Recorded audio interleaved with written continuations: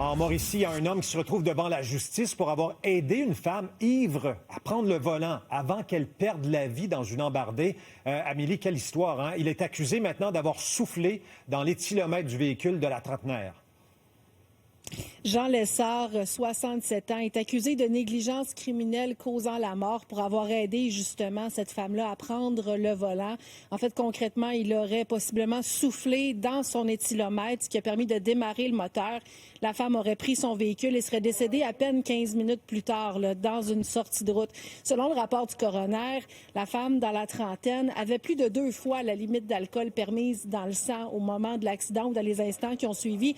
Donc, c'est impossible que ce soit elle qui ait démarré le moteur de son véhicule à peine 15 minutes plus tôt. Là-dessus, on peut écouter le procureur de la Couronne. La peine maximale de négligence criminelle causant la mort est une peine d'emprisonnement à vie. Il n'y a pas de peine minimale d'emprisonnement, mais la peine maximale est quand même d'emprisonnement à vie. Effectivement, c'est une infraction qui est dans les plus graves du code criminel. Alors, Amélie, je comprends bien, la technologie évolue, les éthylomètres ne font pas exception?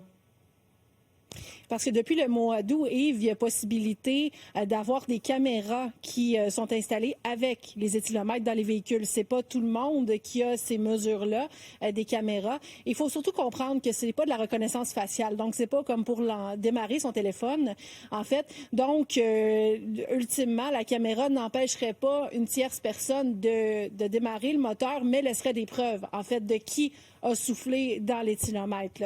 Donc ça s'améliore du côté de la SAQ. On m'a également confirmé que depuis les derniers mois, maintenant, c'est de la transmission d'informations en temps réel sur les éthylomètres qui sont envoyés là, du côté de la SAQ. Donc, Jean Lessard et un co-accusé dans cette affaire là, doivent revenir devant le tribunal le 28 janvier. On va suivre ça. Merci, Amélie.